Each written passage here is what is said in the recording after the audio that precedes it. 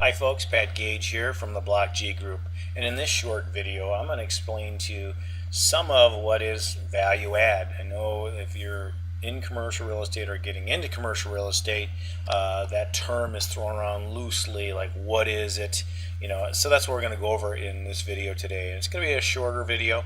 It's just going to give examples of what we consider to be value add. So let's take a look and let's enjoy the video. All right, so let's first define what is value add, right? What are we looking at? And these are not technical definitions, but real estate value add real estate is property that it requires some improvements in order to increase its value, such as improvement of the properties can be run down, due to owners lacking of financing, planning ahead when they bought the property, or just sheer neglect, which is awesome because that's what we look for when we buy properties. Is we don't want the shiny penny. We want to be able to come in and make those improvements, and I'll share with you some of those. And here's another definition. Again, I've given you the URLs as you can check out. It's a longer articles, but value add commercial real estate investments typically target properties that have in-place cash flows, and that's very, very good.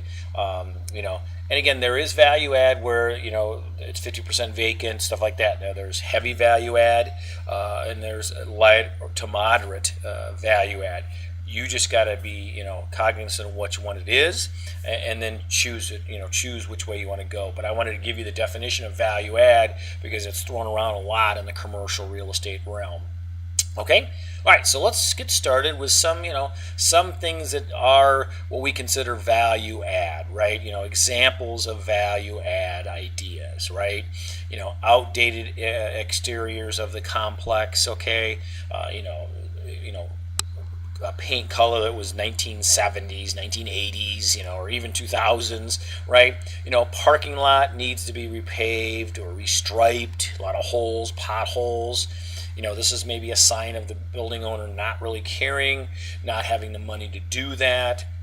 And again, there is stuff in here like raising rents, and we cover that, but I want to give you additional value add ideas from that. Entrance to the complex needs to be updating.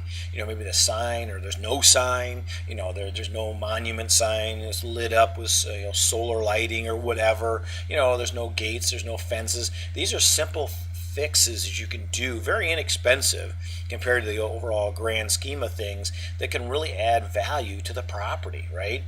Trash dumpsters that need hiding, put them in a gated, little enclosure. I've seen a lot of properties where, it's just sitting out in the parking lot. I mean, when people miss the trash, you can see the trash bags, and there's just an eyesore.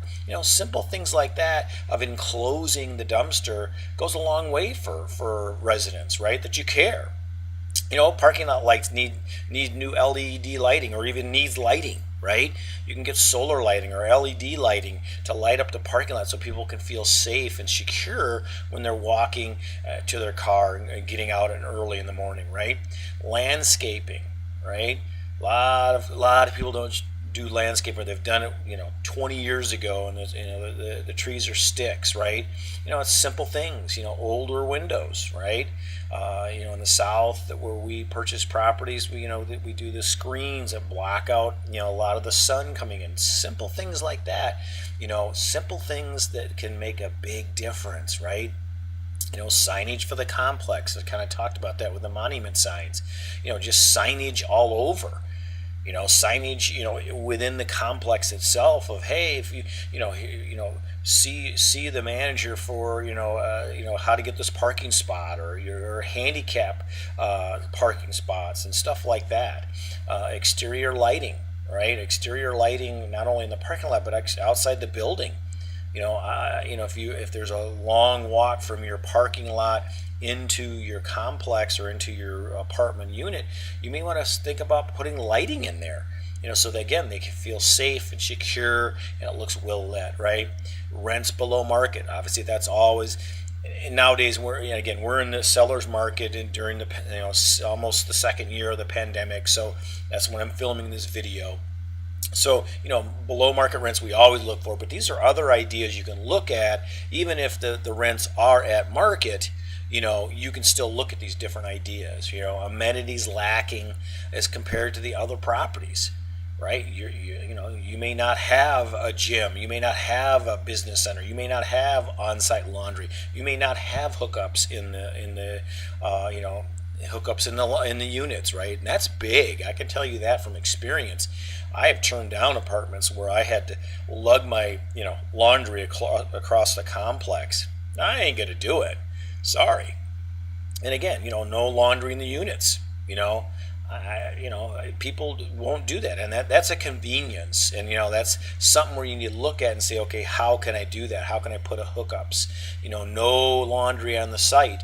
Now, again, a lot of this you typically get in the lower class of properties, where the C and D area, where laundromats down the street. But the thing is, take a look and see, why can't you bring that money there? They're going and making an effort to go and put their coins into somebody else's business. Why can't you see and bring that back onto your property where you capture that money? Okay, and you got to be a little bit creative. Storage units in the basements, or outbuildings. You've got buildings that are you're able to add storage, and charge them $5 or $10. I know a lot of companies now are charging, for a covered carport area, $10 a month. And at $10 a month times, 100 unit property, that's a lot of money. And it's not that much where people go, oh my God, I'm not going to have an apartment here. But again, these are just ideas. Storage, basements, obviously people want to, if there's not enough storage in the units themselves, they'll pay $5 or $10 a month to store their stuff down below in the basement.